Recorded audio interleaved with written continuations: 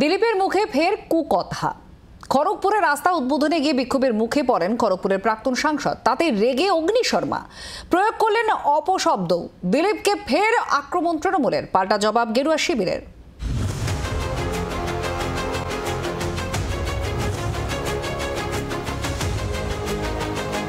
তিনি বরাবরই দাবান, কারো পরোয়া করেন না। প্রতিপক্ষকে সেসব না দেখে বরাবর চালিয়ে খেলাই তার ইউএসপি।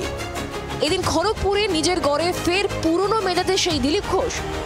মেজাজ তো হারালেনি, স্থানীয় কয়েকজন মহিলার সঙ্গে আঙুল উঁচিয়ে, চোখ পাকিয়ে, গলা সুর সপ্তমে চড়িয়ে রীতিমতো হুমকি দিলেন। কার্যত 14 পুরুষ উদ্ধার করে ছাড়লেন। কার বাপের টাকা নেই, আমি টাকা দিয়ে বানিয়েছি। কার বাপের টাকা নেই, আমি টাকা দিয়ে বানিয়েছি। তোমাকে বলেছি আপনি এমপিও এখন বাপ করে বলতে পারেন। 14 পুরুষ তুলবো। ঘটনার সূত্রপাত খড়গপুরের মাঠপাড়া এলাকায় রাস্তা উদ্বোধন ঘিরে। তিনি কেন সেখানে গিয়েছেন তাই নিয়ে প্রশ্ন তুলেন কয়েকজন মহিলা। প্রথমে তাদের খুব একটা গুরুত্ব দেননি, কিন্তু কিছুক্ষণ পরেই একেবারে অগ্নিশর্মা দিলীপ।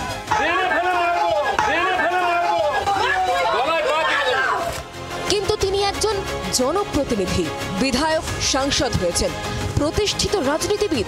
তার মুখে কি এমন কথা শোভা পায়? দিলীপের ভাষা সন্ত্রাস নিয়ে প্রশ্ন উঠেছে আগেও, কিন্তু তিনি আগেও পাত্তা দেননি, এদিনও দিলেন না। আমি টাকা দিয়েছি, কেন এই রাস্তা হয়নি সেই প্রশ্ন করার হিম্মত নেই। এরা হচ্ছে ওই সুবিধাভোগী, 500 টাকা নিয়ে ঘেউ ঘেউ করে।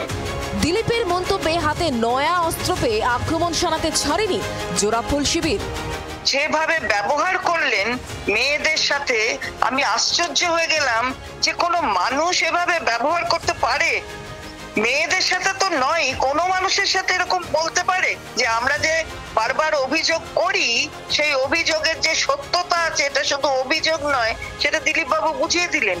তৃণমূলের বক্তব্যকে গুরুত্ব না দিয়ে দিলীপের পাশে দাঁড়িয়ে হুঙ্কার ছেড়েছেন অগ্নিমিত্রা বলো।